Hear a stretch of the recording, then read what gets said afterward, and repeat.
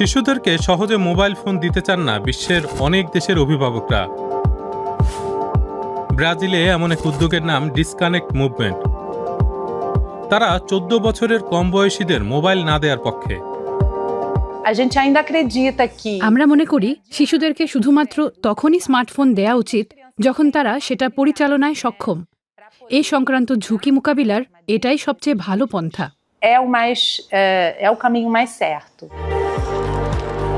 উদ্যোগটি বড় গোষ্ঠী বা পুরো স্কুলকে সম্পৃক্ত করার চেষ্টা করে।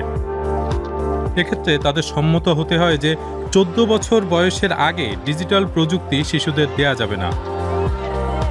শিশুদের আবার বঞ্চিতও করতে চান না কিছু অভিভাবক। আপনি যদি স্মার্টফোন, বিশেষ করে হোয়াটসঅ্যাপ নিষিদ্ধ করেন, যা যোগাযোগ ব্যাহত করে, তাহলে কিছু শিশু পার্টির মতো ইভেন্টের দাওয়াত নাও পেতে পারে। ফ্লোরিডায় এক গবেষণায় দেখা গেছে 11 থেকে 13 বছর বয়সী 80% শিশুর স্মার্টফোন রয়েছে। যাদের ফোন নেই তাদের জন্য ব্যাপারটা সুবিধার নয়। ফোন না থাকা শিশুরাও প্রান্তিকীকরণ, সাইবার বুলিং বা অন্য কোনো দুর্ব্যবহারের শিকার হতে পারে। এবং স্মার্টফোনের ইতিবাচক দিকও আছে। স্মার্টফোন থাকা শিশুরা আমাদের মূল্যায়নে আসলে সব ক্ষেত্রেই ভালো করেছে। তারা প্রতি সপ্তাহে বন্ধুদের সঙ্গেও বেশি আড্ডা দেয়, অনলাইনেও বন্ধুদের সঙ্গে বেশি সময় কাটায়। স্মার্টফোনের সঙ্গে সম্পৃক্ত অন্যতম ইস্যু সোশ্যাল মিডিয়া। ডেনিশ এক গবেষণায় দেখা গেছে 9 থেকে 14 বছর বয়সীরা প্রতিদিন গড়ে 3 ঘন্টা টিকটক এবং ইউটিউবে কাটায়। সমস্যাটা হয়তো ফোন নয়, ফোন ব্যবহার করে শিশুরা কি করছে সেটা। তারা অন্যদের সঙ্গে যোগাযোগ করতে ও নিজেদেরকে সৃজনশীলভাবে উপস্থাপনে সোশ্যাল মিডিয়া ব্যবহার করে।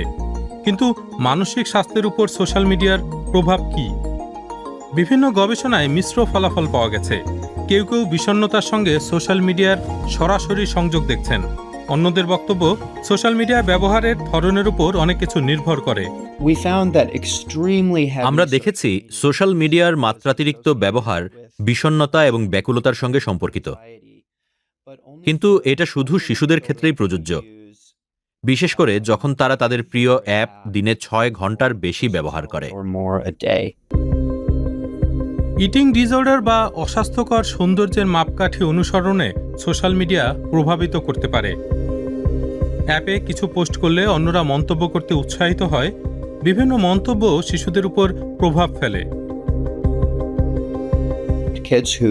সোশ্যাল মিডিয়ায় পাবলিকলি পোস্ট করা শিশুদের মধ্যে হতাশা, উৎকণ্ঠা, রাগী ভাব এবং সহজেই মেজাজ হারানো সহ আত্মসম্মান হ্রাসের ঘটনাও ঘটে।